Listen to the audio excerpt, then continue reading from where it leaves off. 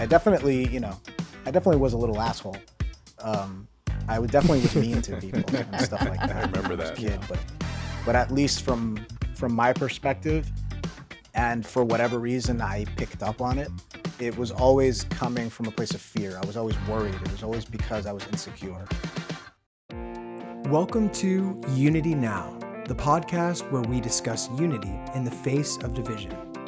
Inspired by the Unity 2020 plan, we strive to unite Americans by highlighting the middle ground between the two dominant parties and promoting the individual over groups. Each episode, we will bring you exciting, well-informed guests and host nuanced conversations about politically charged subjects. Our goal is to bring an end to the ideological war threatening the collective well-being of this great country. All right. Welcome back to the UnityNow podcast. I'm your host, Toby Davis, and today we're celebrating our 50th episode by looking back at our journey, our favorite moments, and maybe even some silly times. I'm joined by my fellow all-volunteer teammates that bring the podcast to you, our audience. Please welcome our primary sound editor, producer, and basically our post-production manager from Burbank, California, Todd Neeson. Hello, people. How's it going, Todd? It's going quite well, actually. It's quite warm in Los Angeles today. We're going to set a record for Super Bowl Sunday, I hear. Yeah, cool. All right, and our graphic designer, co-host, and our calming presence, currently operating out of a closet in Savannah, Georgia, Gabe Garber. Hey, Gabe. Howdy, howdy. How are y'all doing? Happy to be here. Also kind of warm down here. It just about hit 70, so enjoying it. Good. Yeah, I feel like I'm introducing wrestlers or something coming into a ring. I apologize. So returning for a special appearance, our marketing genius, and he's a current inquirer, Joe Masonic. Hey, Joe. Hey, Toby, you Unity crew, and all the listeners out there. Good to be back for this special 50th anniversary episode. I mean, I feel privileged to be able to join, so thank you. Very good. Very nice to see you, Joe. Looking good there. And last but not least, our producer and our team leader. She's a veteran, a mom, and a wife from Virginia, Kimberly Kolb Aiken. Hey, Kimberly. Hello. So good to be here. I love our meetings. And here we are in our 50th episode. That's right. We did kind of sabotage our normal Thursday meeting times, right, to record this. So, yeah, we appreciate I appreciate all you guys coming together and letting me host you tonight. It's pretty cool to do this. You guys don't all normally get to see our episodes, so it's pretty neat here. So, yeah, we've all gathered here to celebrate our 50th episode. So let's start by looking back at our path to this point. So on July 27th, 2020, we published episode 1, What Brought You to Unity? So let's take a look at episode number 1. And I believe that's a skirt. that is a skirt from that graphic. Hey, welcome to Unity Now, a podcast about where we discuss all things Unity 2020. Today is our first episode, and I'm really excited to bring you a great panel of volunteers and individuals from the Unity movement. So let's just jump into it. Today we have a great panel, 5 other individuals, Toby, Allison, William, Terry, and George. And today we're really going to be kind of having a conversation about where did you guys all come from politically and just in your lives? How did you kind of find the Unity movement? What motivates you and what inspires you about the movement? And where do you kind of want to see it going? And so over the next 40 or 50 minutes, we're going to kind of have a nice conversation about that. So first, I want to start with Toby. I forgot I was Toby, first. I'd love to kind of hear your background, where you came from, your political background, and what moment did you realize the political system as it exists is just not right for you? It started for me really a couple of years Oh, after right. the We didn't- 2016 election. Growing up in rural Indiana, Was this just politics your, wasn't really or discussed in my house or in my community was growing all up. of the videos So I really didn't just get into the political landscape. I didn't have the thinking about cord it, Still talking about shots. it so my until connection probably was my terrible. late 20s, early 30s, when by that time the folks And I that was on surrounded crack. me, whether You it can was hear how fast in I'm my talking. family or my the people I worked with, friends, really You became grew sort of into a it. You grew Republican into echo it. chamber, which is easy to do in a state like Indiana, which is mostly conservative and Republican. And then the mission became, to elect Donald Trump to defeat Hillary, right? And I became part of that kind of group think to where I was I've in heard that Team before. Republican, and really, Oh, if for yeah. nothing else, than to defeat the other team is why we had to vote for one person. And after the 2016 election and the following 2 years is when I really started to kind of by accident discover people like Simon Sinek and Jordan Peterson and Brett and Eric Weinstein and the rest of the, the intellectual dark web. And I really started Take to a think breath, and Toby. see what Yeah, true, there's honest something technical conversations going on about there. polarizing topics looked like. Yeah. And that Yeah. made me All start right. to Do look we think we've how- seen enough? at how I viewed those same Oh, topics Yeah. and same events going on in That- the country. And had I really All right. So let me pause that. All right. So It's hard to Wow. stop super Wow, speed, we've Toby. come a long ways from that. So that was your favorite episode, right, Toby? no. By a lot, not by a the long best shot. of right Yeah, there. that's. I didn't mean to put myself first by any stretch of the imagination, it. but yeah. What do we think about our graphics and overall concept? Yeah. Oh. Well, Gabe, did you have something to do with that? I think the general podcast logo was there. Although it was the one that still had the number 1 as the letter Right. I. I think that kind of stuck around for a while, even though I think I had updated it, but that was just kind of what ended up being there. Beyond that, I don't know that there was much else that I had done at that point. For the graphics, Todd, at least. were you in charge of that sound? I plead the fifth. I doubt it. Yeah, that was definitely one of these, things. It just, yeah. We had a that long might way have to been go me. from there. I think I did the video. Maybe I did the sound too. I don't know. Well, it's just, it is what we Wow. got, It- Yeah. Now, our team was huge then, remember? yeah. We had dozens of Close people. to double digits, yeah. Dozens. I think at one point we dozen had 3 people. Nicks. We did have dozens. We had like 8 producers. I remember that Yeah. because it was like super easy to get someone to come on because the producers wanted to come on. Yeah. Yeah, and so what I- go ahead, Todd. What I was going to say, one thing I wanted to bring up, what I remember from the beginning days of that is that I don't know if we had like a separate Discord by that time or if we were still all back on Slack, but there was a channel, there was like several channels for the podcast, and there was like, one for technical and one for video, and then there's like a producer's channel.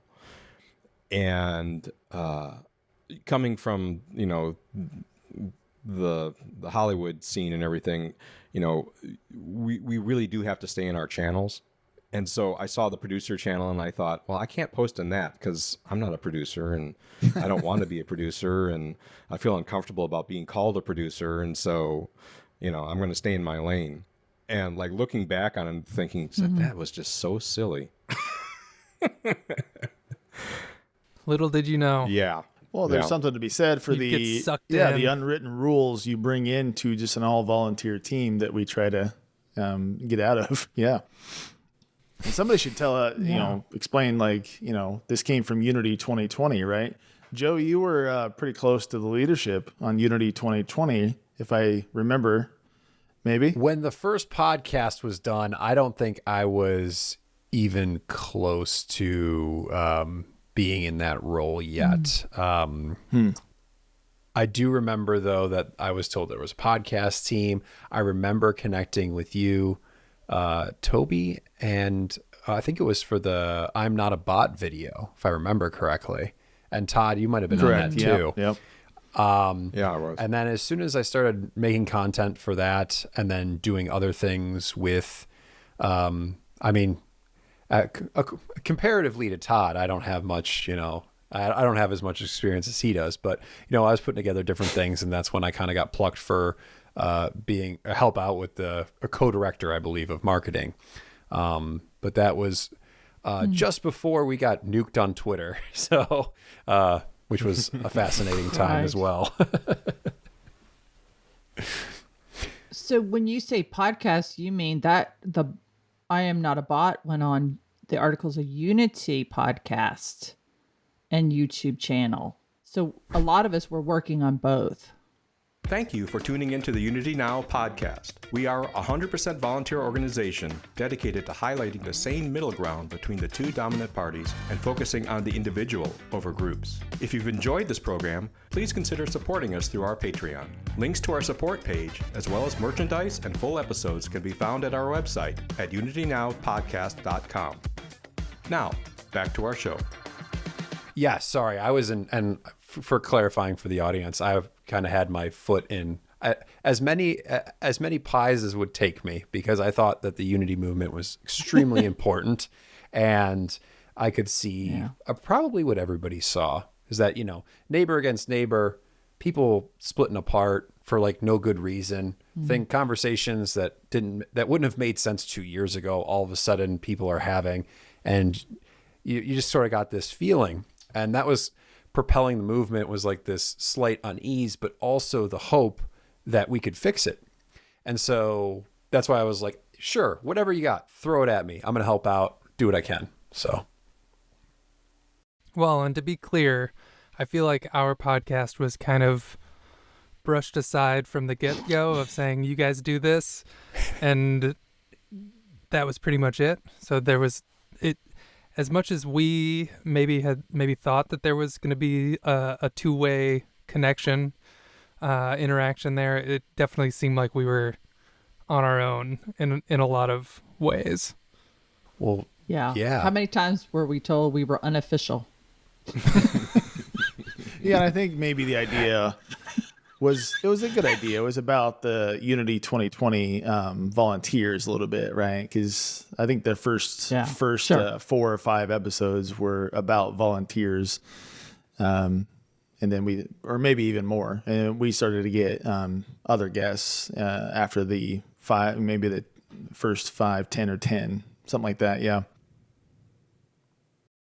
I don't know. I think you guys are more official and long running than everything else in Unity 2020.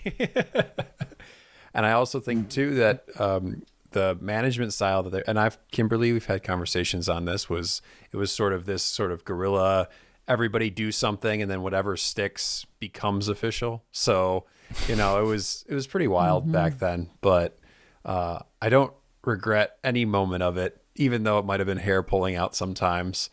But it was, the fact that I met you all was just amazing. And I'm really glad to have made those relationships. And here we are 50 episodes in and we're still talking about it. Well, Joe, that's a great segue. So, we started, maybe a little slow and, wasn't a very good, looking episode and sounding episode, but, we've got a little better on our journey. And so, Joe, you wanted to talk about your favorite moment. Tell us about that. All right. So this was back when we were doing, you all had to sort of put together a really good clockwork of putting out episodes. And one of the responsibilities was clipping. And so I would be clipping things. And I found this just wonderful moment of Gabe and him talking about his sort of personal mantra. And it always had a special place in my heart. And after we listened to it, I got a story behind it, but it was from the Corey episode. And yeah, it was one of my favorite moments working with Unity and being able to participate in something like that. All right. So let's take a look at a clip from episode 17. This is the Gabest Gabe I Know.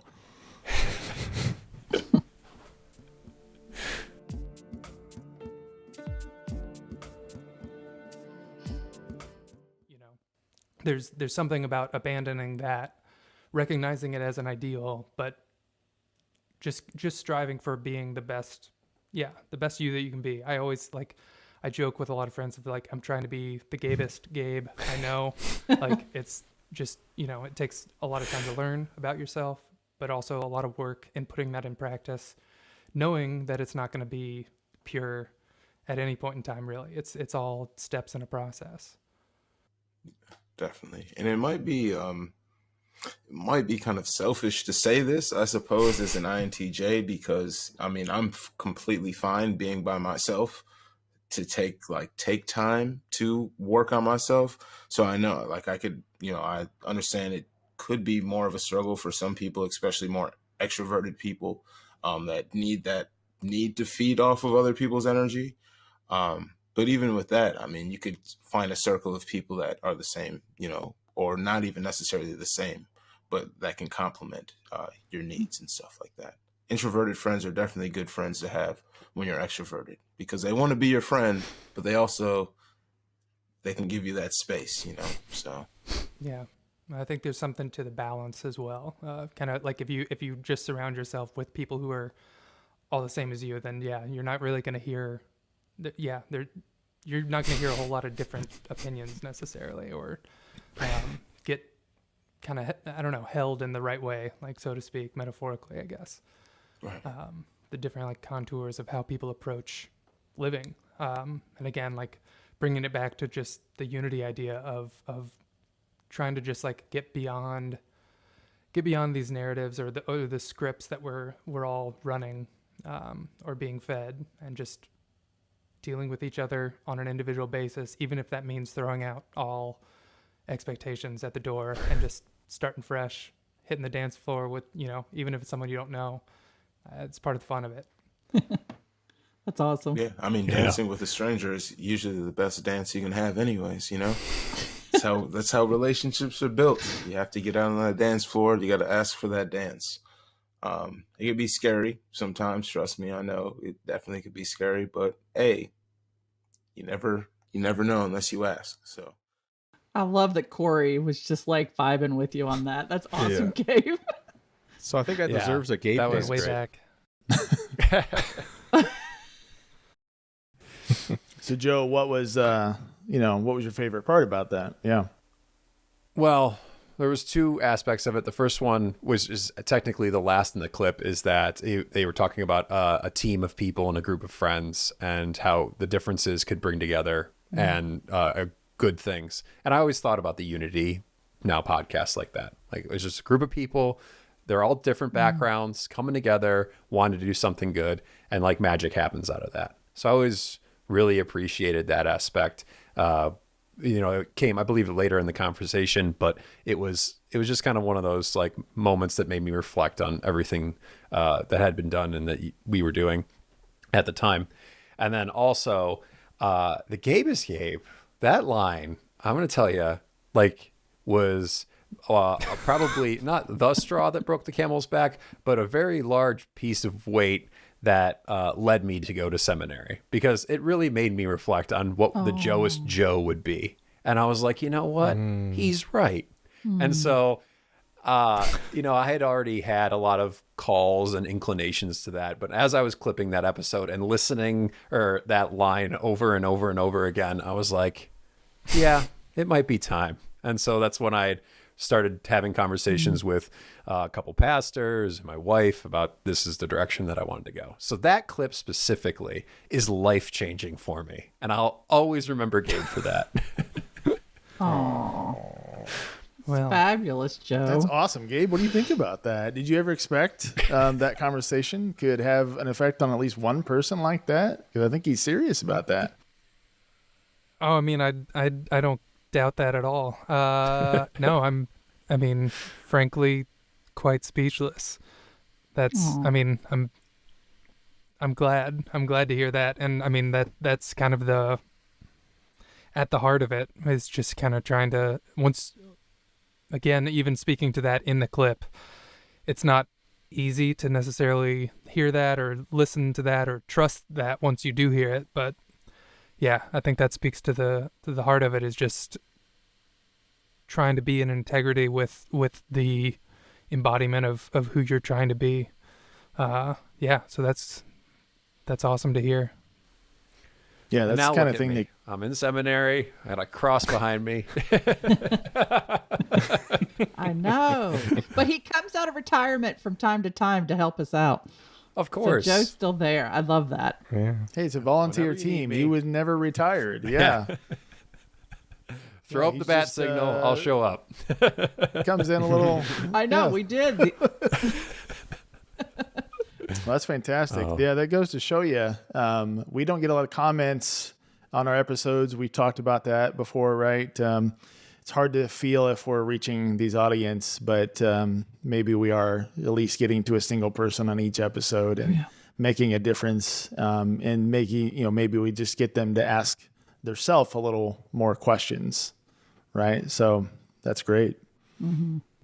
And at the very least, you're talking to the AI that takes over the world and listens to all the media. Then, because there's plenty of algorithms that go out there and Oh do. gosh. Yeah. That might be But the no, best, and all the best motivation, or yeah. Yeah, you're pleading to the AI that listens to all the podcasts.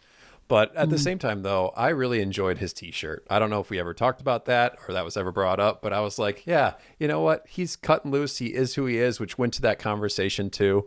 And I just appreciate, just sort of the love for self and understanding who you are. And again, that clip brought a lot through. So I was honored to be able to clip it and be a part of it. That's great. All right. So we will jump over to Kimberly. So Kimberly, we are proud to say that our episodes have been watched and or listened to well over 14,000 times since July of 2020. While there are so many moments that we can't be so proud of, what stands out as your favorite? Episode 36 last summer came up. I was listening to a lot of Clubhouse, and there was this amazing articulate facilitator named Pamela Peresky. And I looked her up and I thought she'll never say yes, but she did. And we're so lucky because she talked to us about the coddled mind. She actually helped Greg Lukianoff and Jonathan Haidt with The Coddling of the American Mind, which is right here. This book. You see the progressions of my haircut. Yes. And Gabe had asked a question and then she gave an answer. And this is the antidote for a coddled mind. And she does it in just a few minutes. That's how succinct she is, articulate, knowledgeable, how she can break down a complex subject very quickly. She's just top. All right, let's check it out. You've mentioned two things in this part of the conversation that are part of the Habits of a Free Mind toolkit. You talked about courage, the courage to speak up against your own group, and compassion. And those are two of the three antidotes to the three great untruths. So the first, now watch how the she's a untruth professor of fragility. It requires courage to be anti-fragile. So that's the first antidote to the great untruth of fragility. And it does not take courage to stand with a whole bunch of people and denounce something that everybody around you denounces. That doesn't take courage at all.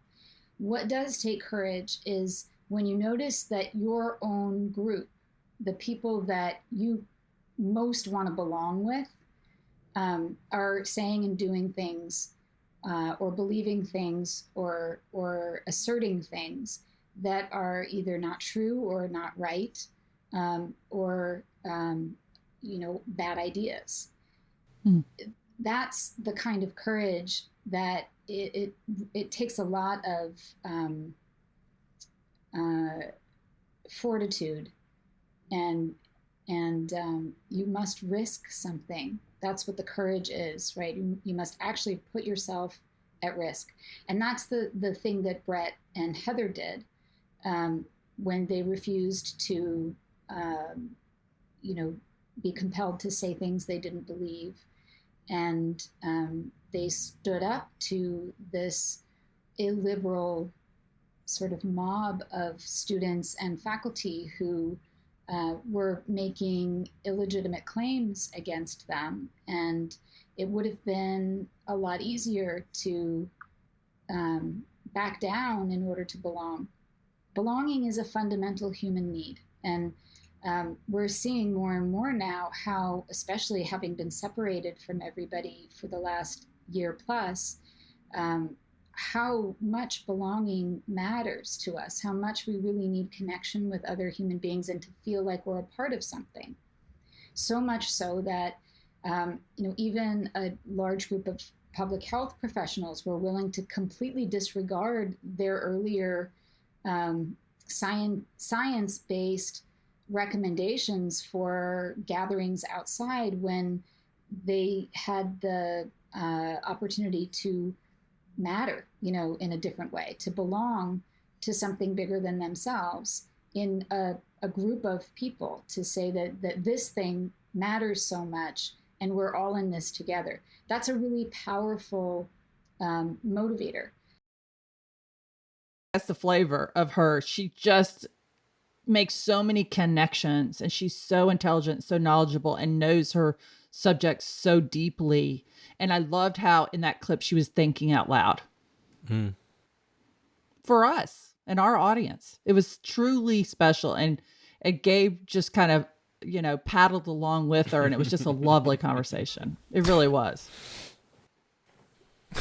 It was great. Yeah.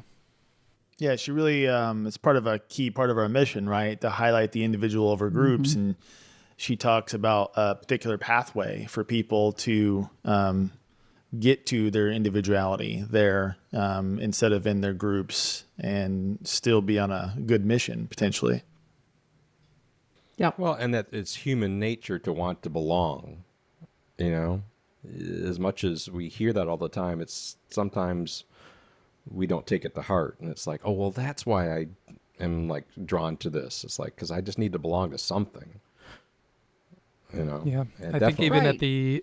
at the end, they're kind of talking about the taking up a cause and then taking up another cause. And it reminded me of just this idea that I always joke with. It's about, there's just never ending.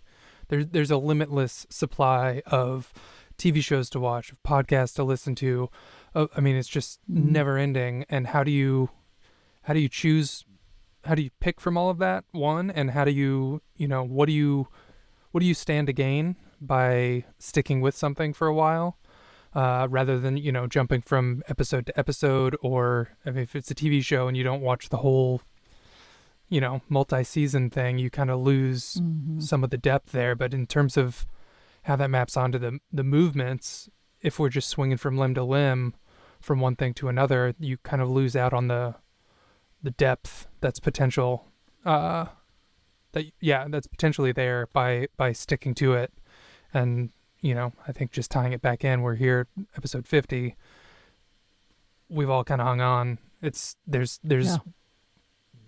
been a lot to get through, and a lot that has come through that. I think we could have easily just jumped off or disembarked at any point in time, but there's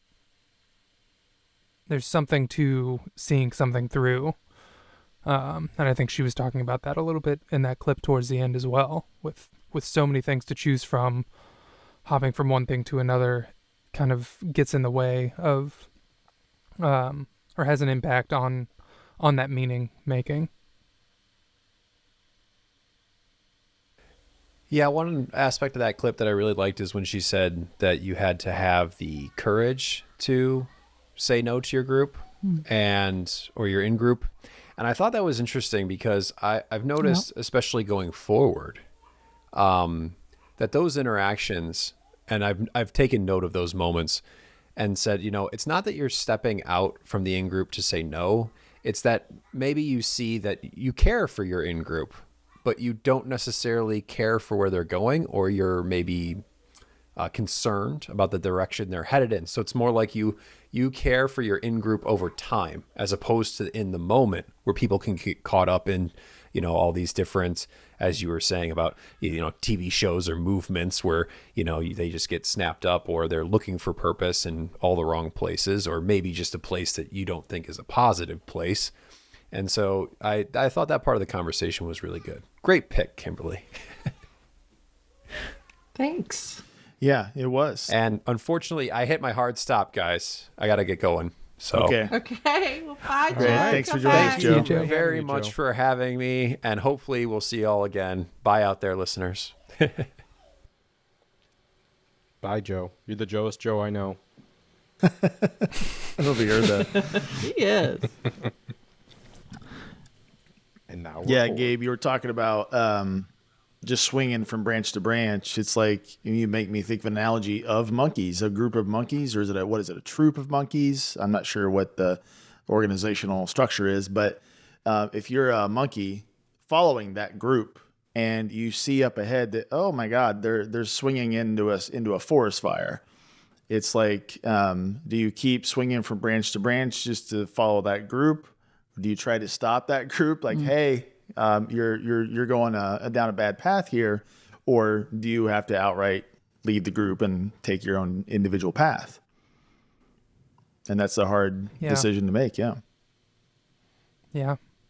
Well, one other intricate or little bit of a detail that is interesting to consider here too. It's it's not even necessarily that you have to say no to the group, where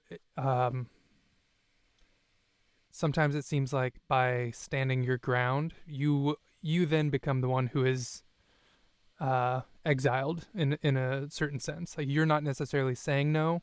You're saying, well, this is the purpose that I'm holding on to and anchoring down on, but where you're headed, I'm not going there. And then you're the one who the group then says no to. It can happen both ways, whether or not you're actively leaving or getting left behind.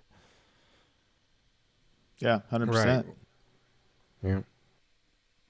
And regardless, it takes courage. So I guess tying it back into her point of needing to find that courage somewhere, which also ties into the previous one of knowing yourself, knowing what you stand for, and what you're trying to do. I think those both clips so far kind of thread together pretty nicely.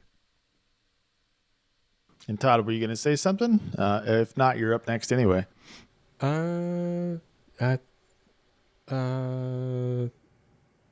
Yeah.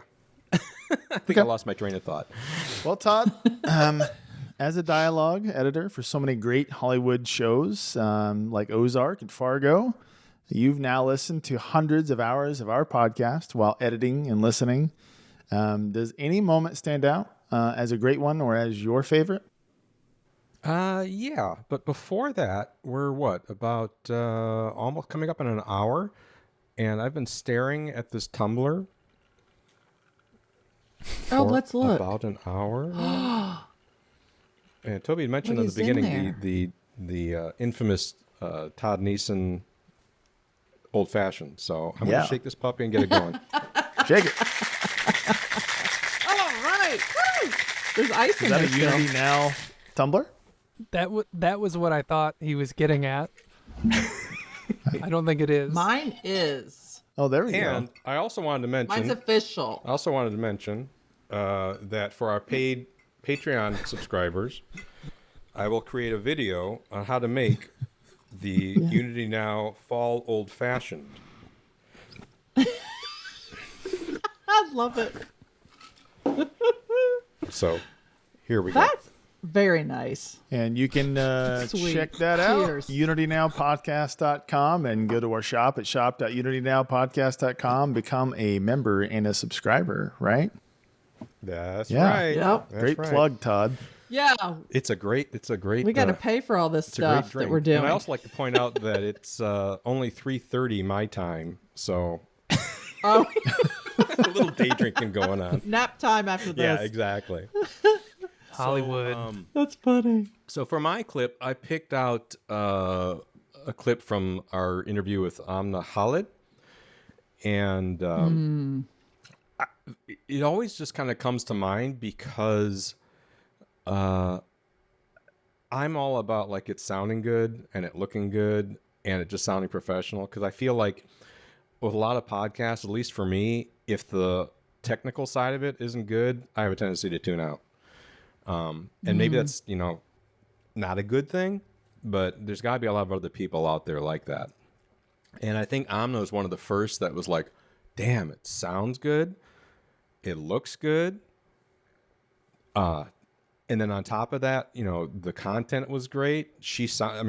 I think Kimberly said in a private private message that her voice is easy on the ears.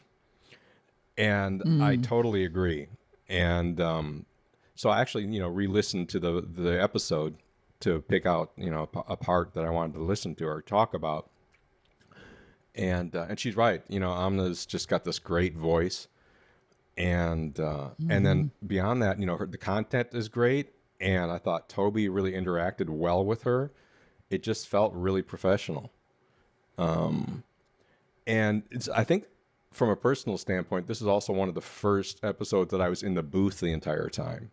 So I was actually, I think this might have been either the first or the second podcast where we actually did a technical meeting the day before to make sure that everything was good. And I think she was really impressed by that, by how serious we took it, and want to make sure that, her mic setup was good and all those kind of good things.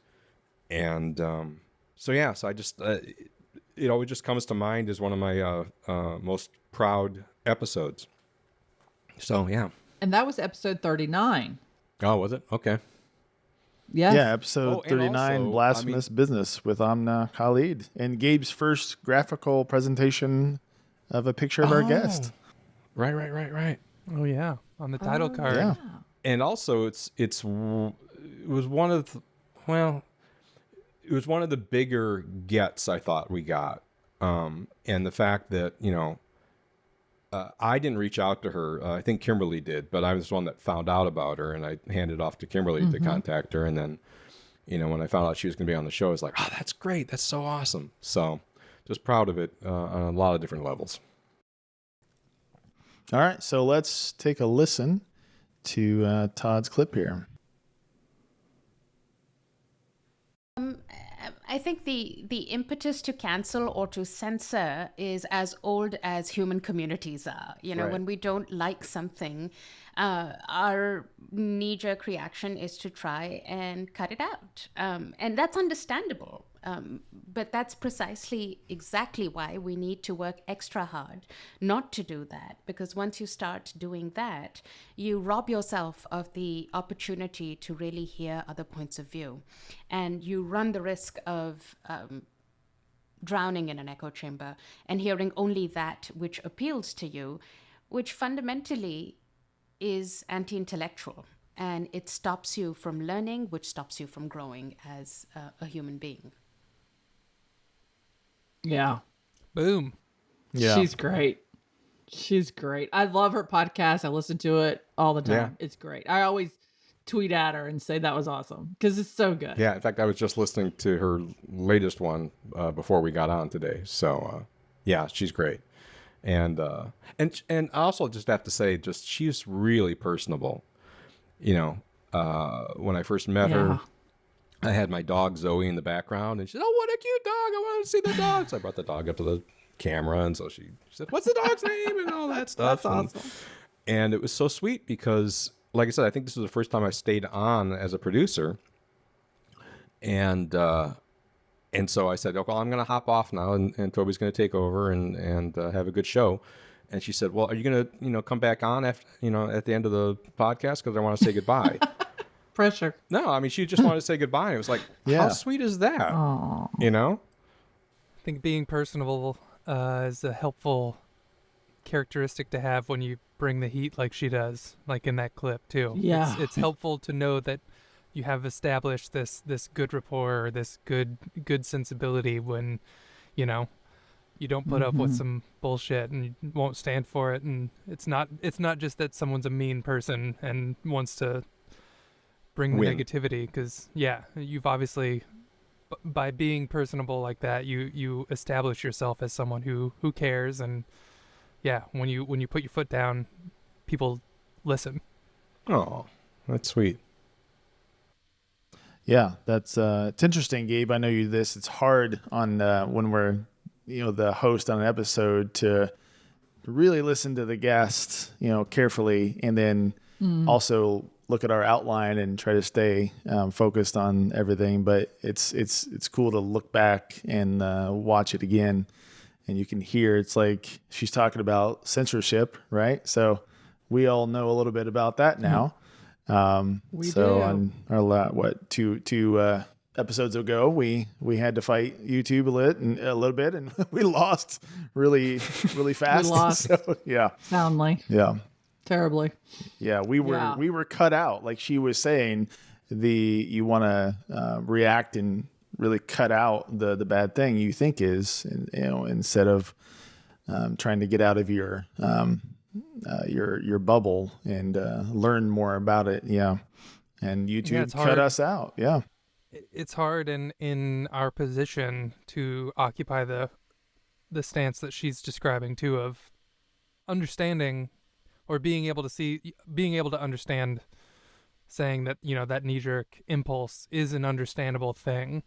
Whereas like in our spot, it's really difficult to hold that mindset of saying, well, this is understandable why they would do that, but it's, I don't know. I found that to be a challenge from the position we were in that case. But hearing her talk about that, I can't ignore that fact. It does make sense why that impulse is there to begin with. I guess it goes deeper and much more fundamental to the problem. It's a human nature knee-jerk response. Yeah, and I was just going to say also, I'm reading the Hunter-Gatherer's Guide to the 21st Century, and a lot of that is about, we've got some stuff that's just ingrained in our I don't know if they said DNA, but ingrained in our psyche that is so hard to fight against, and it's a element of giving yourself a little grace and going, I'm human, but at the same time, next time around, I'm going to try to do a little bit better. Yeah, absolutely. All right. So, Gabe, I think you are last but not least here in our list of favorites. So you have, like we just said, hosted many of our episodes. You've created a lot of the artwork. I think maybe even most of it. Backgrounds, title cards, you name it. So what's your favorite? Is the best looking graphical episode? Or tell us about it. Yeah. Well, actually, I would say so far of the clips that have been shown, the one that I chose does happen to be, at least when I was looking at it, it does look to be the crispest of all of them. But maybe that's just from it being one of the more recent ones. I chose the conversation with Angel Eduardo. A little clip here, I love him. especially this clip. It seemed to really just kind of capture, again, the heart of the mission that we're doing. And his article, I read the article that accompanied the episode about star manning, which again comes down to recognizing that, as far as broad scale missions go, we all want a better future. And we don't always give credence to that when we're dealing with someone who we disagree with on a particular issue or a set of particular issues. And so I think this clip really gets at that and hammers home that idea that, you'd have to look far and wide to find someone that wasn't, in their own understanding, aiming for a better future, which is something that we all, for the most part, can get behind. It's just the specifics are what usually get us hung up. All right. So the hero's journey, We'll check this out with Angel Eduardo. Yeah, it's so true. And, it seems like our information and our technology is moving us even into more of avatar space than we need to. I'm curious, you talk about your convictions and why how you think and how you believe. Like, what got you to this point? Like, what sets you apart from maybe the folks you're trying to reach with an article like this, that they need to stop communicating with caricatures of each other? I'm sure you're trying to potentially reach as many of those people as you can. Well, then what sets you apart from those type of people? How did you get out of maybe their echo chambers of the bubbles that maybe they're in, to think this way in the first place? Well, I mean, I guess I've just been wrong so many times in my life that, I've just, So humble. I carry around all this kind of guilt of every time I've made a terrible mistake and either upset somebody or hurt them or, all kinds of stuff like that. So I'm kind of always checking myself because I'm trying my best to navigate the world in a way where I'm doing good and being good as far as I possibly can. So that's my motivation, right? And I just don't get any satisfaction out of making people feel bad or, being vicious or anything like that. So it's just not my temperament. I just don't have that in me. So a lot of it is probably just my nature. It's just, I'm just not like that. I was never the kid who wanted to pick fights. I was never that, I definitely, I definitely was a little asshole. I would definitely was mean to people and stuff like that. I remember when I was that. a kid, but at least from my perspective, and for whatever reason I picked up on it, it was always coming from a place of fear. I was always worried. It was always because I was insecure. And so if I was mocking somebody, that meant that I was at least above them, and so, but I noticed that about myself, and then I started to feel terrible about it. And so, all this kind of introspection has led me to this point. So there's that on the personal side, but also just on the social kind of scaled out side, this stuff really matters. It really, really matters if we can't communicate with each other. Terrible things happen when we can't communicate with each other, when we misunderstand one another's motives and we assume the worst possible motives and kind of project those things onto people. Terrible things happen, and terrible things are happening and have happened as a direct result of our inability to see the other side, to connect with the humanity of the people with whom we disagree, and just have a more compassionate kind of outlook instead of this kind of team sports sort of mentality that's gone totally haywire, right? Where it's fine to be like, oh, Boston sucks and New York is the best, blah blah blah, Yankees versus Red Sox. Like, in that context, it's fun and it's funny to make jokes and kind of do the whole thing. But there are times where it spills over onto the street and it's a literal fist fight and people get arrested and people get sent to the hospital, stuff like that. That's insane, right? But we're doing kind of the same thing here. And it's so much more dire and it's so much more consequential because the ideas that we're engaging with and about are, foundational things about our society. We're talking about race, we're talking about education, we're talking about, America's founding, we're talking about law, we're talking about all these things, right? It's difficult. And I just, for whatever reason, I'm extremely aware of the fact that we have to figure out how to live together, that all of this crumbles if we don't figure this out. So that's my motivation, really. The thing that's propelling me is just, Mom, Dad, you have to stop fighting. If you don't stop fighting, the house is going to come down. Yeah. Oh my gosh. Great pick, Gabe. Oh, he's so good. Yeah. I think there's so much there. And I know for myself, it again ties in with the earlier, the introspection, the self-awareness.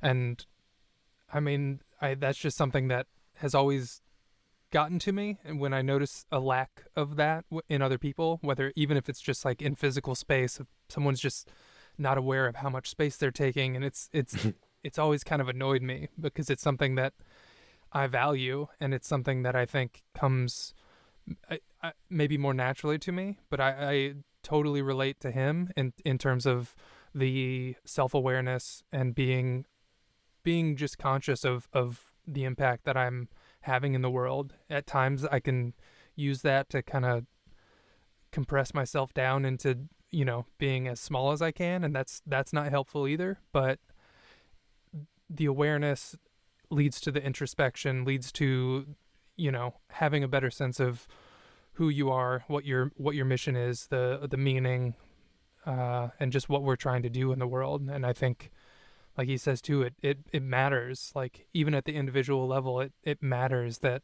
people understand themselves, because otherwise we're going to be operating in a noisy environment and just creating more noise, creating more just back and forth that's amplified and gets out of hand. And I mean, we're there. How much further we'll let it go, like that's remains to be seen, I guess. But no one can deny that we're in kind of a shit show right now. Yeah. I used to be able to deny it a few years ago, and like now I'm starting like, no, we're definitely in a shit show. Right. Yeah, I like the fact that he's just like, listen, this is not team sports. This is America. This is life. These are our neighbors. This is our family. This is our community. And it's gotten serious. And then on top of that, he's like, hey, I have a solution. It's called star manning. And I really appreciate that about him, because he's being part of the solution. And he's so smart, and he's so, there's such a depth to him. I've been following him on Twitter ever since. And he's magnanimous is the word I would use for him. Yeah. And I can't. And a hell of a musician. Go ahead. Oh, if I'd like to point out. Oh my gosh. I didn't know that. Oh yeah. I was like, I was just on his website, just like kind of poking around, and like I played, a couple tracks from his band's album that came out a couple of years ago, and I went, I love this. This is awesome. This is so awesome. This is right up my alley. And so it's like the fact that he's like part of that. It was like, oh my gosh. And he can write, and he can paint. Yes. Yeah, how many Angel Eduardos are there out there that we don't know about? Right. We need to clone them. That's all I got to say. That. Yeah. Yeah. Well, he was also the first one that had already heard of us. So when I made the ask, yes, he's like, oh, I heard you guys are great. Yes. And I was like, wow. So that was episode, 46 or so? So it wasn't lots of patience here. Did you find out how he had heard of us? No, I never did. But, I just leave it to the stars, I guess, on that. I could ask him. Well, Corey Elijah. But now we're actually getting people to ask to be on, which is, again, another leaf. Yeah. That's mind-boggling. Yeah, we need to get that front video about the star manning article. We do need to get that separated and uploaded as another video. It's a great little tool by itself. Yeah, Gabe did a great job on reading that, and that's a great video and article. Okay, I was going to say actually that go ahead. Corey was when I think I reached out to Corey back before I was officially a producer. But he said, oh, yeah, I've heard of you guys. I'm not still completely convinced he had. I mean, that was episode 17 or something like that. It might have been the movement. The movement. He might not have realized that the movement. How unofficial we were. That we were very unofficial. Right.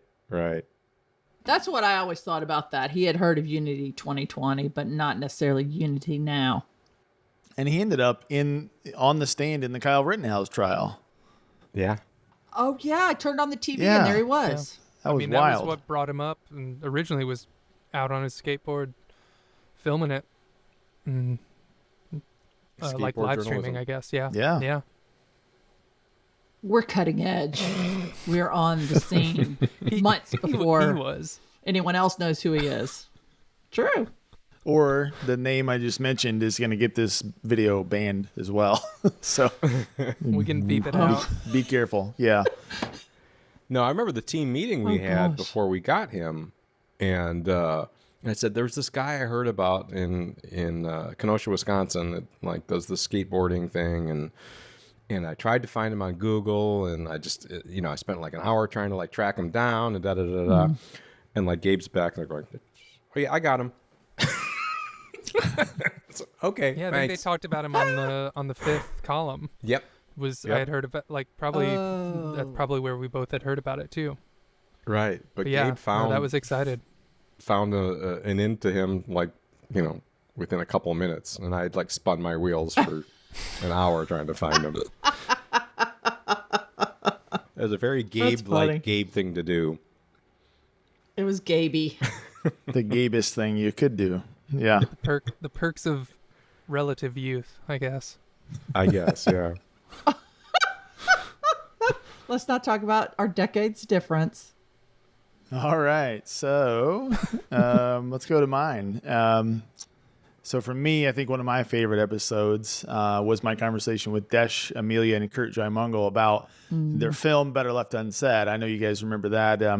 It's the first episode that I can remember feeling like, our guests or the guests definitely had a choice or a cause to come on our show or not to.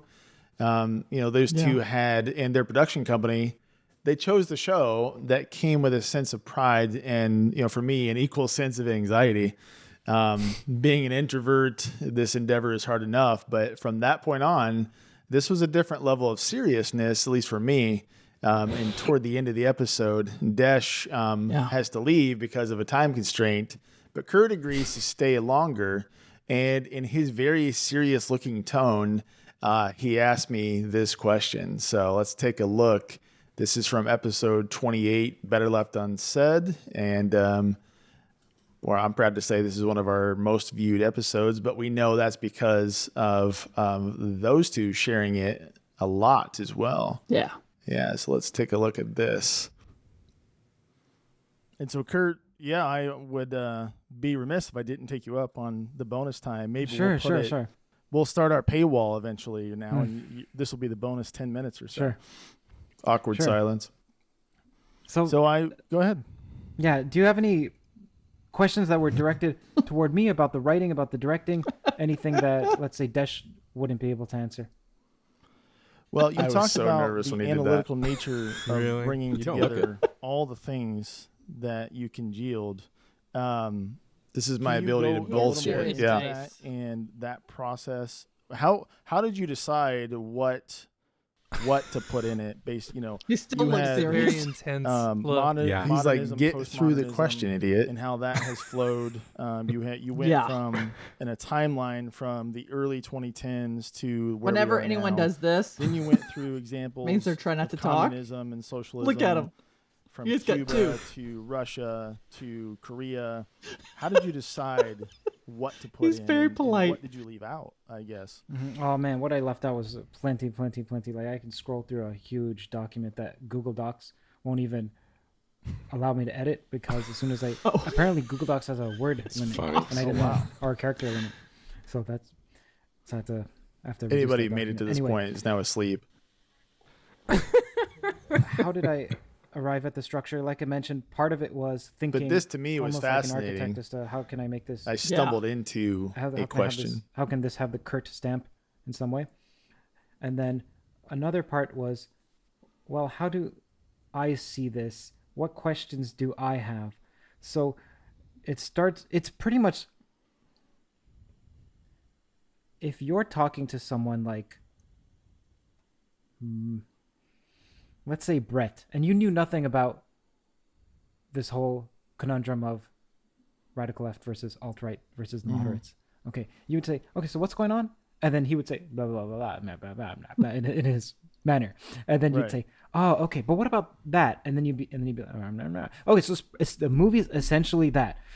At some point I said, well, okay, Are they? Some people say they're motivated by Marxism. Are they? What is Marxism? What is communism? What's the difference between those two? I don't get into that in the film, but what is the difference between those two? And how's that? Okay. He has a huge podcast. Yeah, so we'll go ahead and stop it there. So yeah, he's got a massive podcast where he talks for 4 hours plus with people constantly. Wow. Yeah, the theories of everything with Kurt J. Mungle. There are a couple of Jordan Peterson, very close to Jordan Peterson isms in there, and one of them is tell the truth, or at least don't lie. Right. And he almost said that, you know, and that's a hard way to live, you know. Yeah.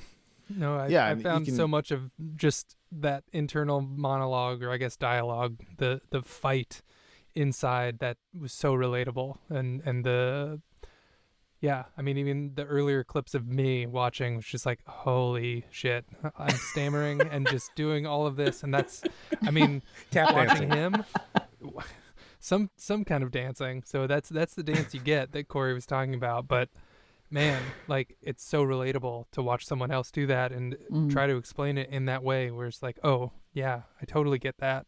I'm constantly doing that. And it's just like, you got to get out of your way.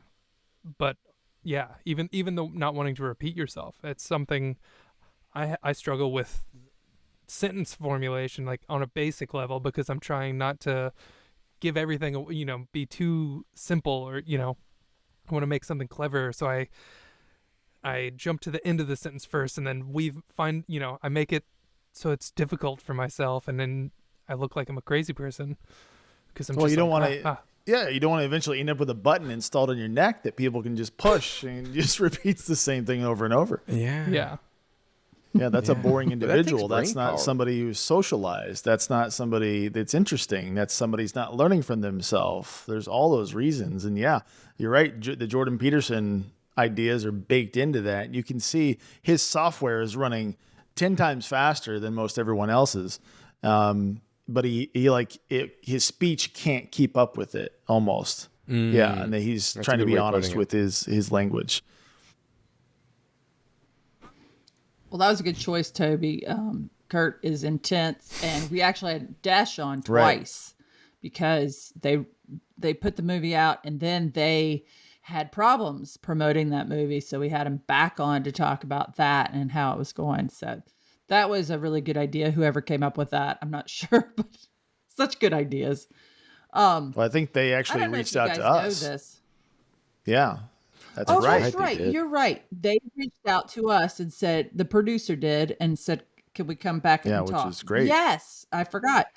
So did you all know that most people don't get as many as far as we have to episode 50? Half of podcast pod fade after episode, just guess. 3. Which episode do they 10. pod fade? 20? 3. 10? I was going to say 14. It's like, okay. 7. Wow. Yeah. So they don't make it past 7 for a variety of reasons. First, they didn't have, a big vision. They weren't technically proficient at the beginning, and it just became a chore. They ran out of things to say. They didn't get enough feedback, and so they gave up because they couldn't tell if anybody was listening, etc. So I know that we always are looking at our downloads and our engagement, but it was interesting to know that you are considered the top 10% of podcasts if you have 231 downloads in the first 7 days it's published. And where are we? So, we do that all the time. Yeah, we're at not all the time. What'd I say? 14,000 total? We definitely get in the top 25% all the time. Wow. That's crazy. Yeah. So look what we can do. And then the Desh and Kurt was in the top 5. And we have 31 reviews, and guess what our stars are out of 5? 2. 5. 2. 4.3. Okay. Thank you for watching the UnityNow podcast. We'll be back with another conversation that highlights the political middle ground to unite Americans and end the ideological war. In the meantime, we'd love to hear from you. Please comment below and hit that subscribe button.